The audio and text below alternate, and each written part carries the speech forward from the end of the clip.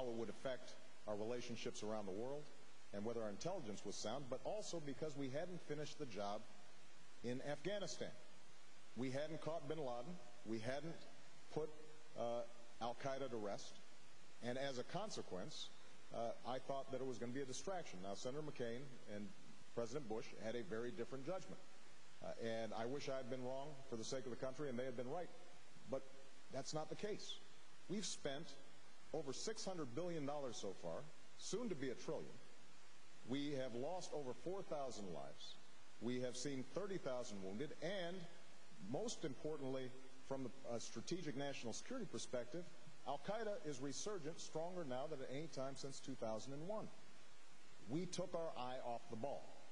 And not to mention that we are still spending $10 billion a month when they have a $79 billion surplus at a time when we are in great distress here at home, and we just talked about the fact that our budget is way overstretched, and we are borrowing money from overseas to try to finance just some of the basic functions of our government. So I think the lesson to be drawn is that we should never hesitate to use military force, and I will not, as president, in order to keep the American people safe. But we have to use our military wisely, and we did not use our military wisely in Iraq. Do you agree with that, a lesson of Iraq? No, the next president of the United States is not going to have to address the issue as to whether we went into Iraq or not. The next president of the United States is going to have to decide how we leave, when we leave, and what we leave behind. That's the decision of the next president of the United States. Senator Obama said the surge could not work, said it would increase sectarian violence, said it was doomed to failure. Recently on a television program, he said it exceeded our wildest expectations.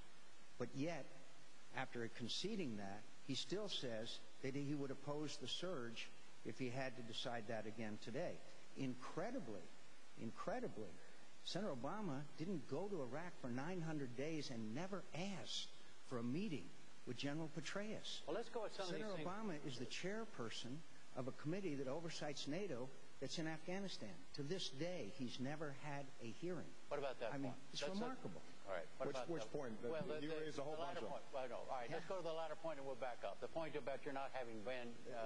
Look, I'm very proud of my vice presidential selection, Joe Biden, who's the chairman of the Senate Foreign Relations Committee, and as he explains, and as John well knows, the issues of Afghanistan, the issues of Iraq, critical issues like that, don't go through my subcommittee because they're done as a committee as a whole. But that's Senate inside baseball. But let's get back to the core issue here. Senator McCain is absolutely right that the violence has been reduced as a consequence of the extraordinary sacrifice of our troops and our military families.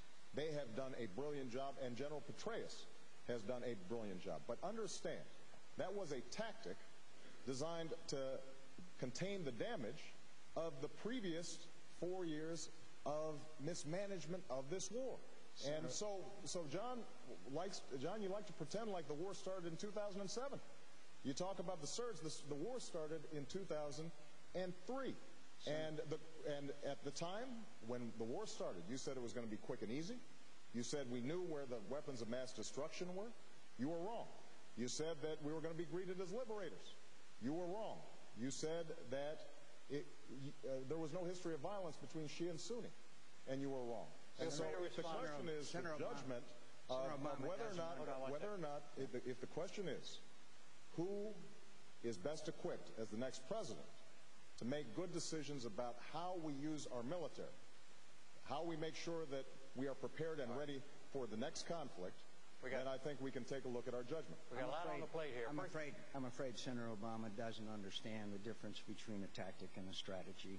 But I'd like to tell you, 2 4ths of July ago, I was in Baghdad.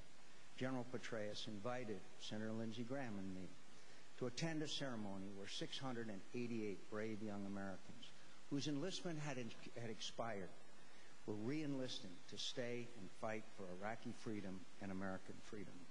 I was honored to be there. I was honored to speak to those troops. And afterwards, we spent a lot of time with them. And you know what they said to us? They said, let us win.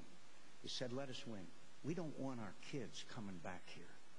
And this strategy and this general, they are winning.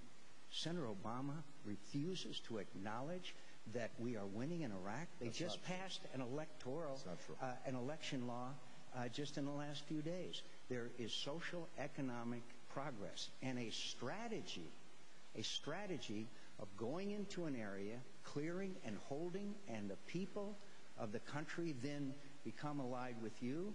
They inform on the bad guys, and peace comes to the country and prosperity.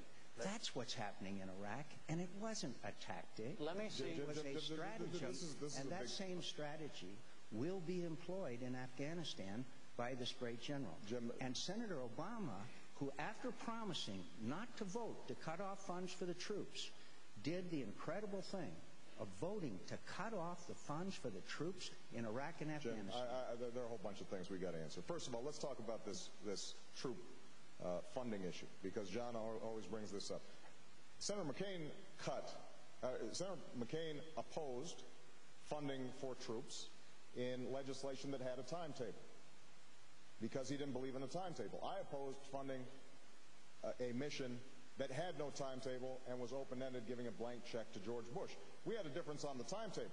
We didn't have a difference on whether or not we were going to be funding troops. We had a legitimate difference, and I absolutely understand the difference between tactics and strategy.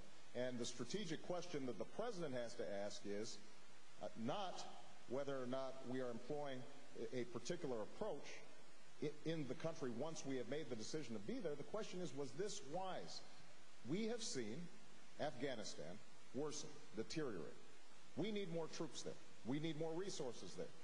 Senator McCain, in the rush to go into Iraq, said, you know what, we've been successful in Afghanistan.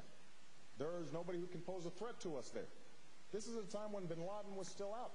And now they've reconstituted themselves. Secretary of Defense Robert Gates himself acknowledges the war on terrorism started in Afghanistan, and it needs to end there.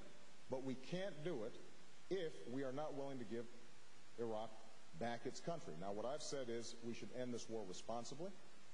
We should do it in phases. But in 16 months, we should be able to reduce our combat troops, provide some relief to military families and our troops, and bolster our efforts in Afghanistan so that we can capture and kill bin Laden and crush al-Qaeda. And right now, the commanders in Afghanistan, as well as Admiral Mullen, have acknowledged that we don't have enough troops to deal with Afghanistan because we still have more troops in Iraq than we did before the surge. Admiral Mullen suggests that Senator Obama's plan is dangerous for America. That's not the case. That's what he said was a precipitous withdrawal would be dangerous. That's what Admiral Mullen said. That's not true. And also General Petraeus said the same thing. Osama bin Laden and General Petraeus have one thing in common that I know of. They both said that Iraq is the central battleground. Now, General Petraeus has praised the successes, but he said those successes are fragile. And if we set a specific date for withdrawal, and by the way, Senator Obama's original plan, they would have been out last spring before this surge ever had a chance to succeed. And I understand why Senator Obama was surprised and said that the surge succeeded beyond his wildest expectations, didn't exceed beyond mine, because I know that that's a strategy that has worked and can succeed. But if we snatch defeat from the jaws of victory and adopt Senator Obama's plan, then we will have a wider war, and it'll make things more complicated throughout the region, including in Afghanistan. Afghanistan. A new lead question. Now, having resolved Iraq, we'll move to Afghanistan. And it goes to you, Senator Obama, and it picks up on a point that's already been made. Do you think more U.S. troops should be sent to Afghanistan? How many and when? Yes, I think we need more troops. I've been saying that for over a year now. And I think that we have to do it as quickly as possible because it's been acknowledged by the commanders on the ground. The situation is getting worse, not better. We had the highest fatalities among U.S. troops this past year than any time since 2002. And we are seeing major offensives taking place, al-Qaeda and Taliban crossing the border and attacking our troops in a brazen fashion. They are feeling emboldened. And we cannot separate Afghanistan from Iraq because what our commanders have said is we don't have the troops right now to deal with Afghanistan. So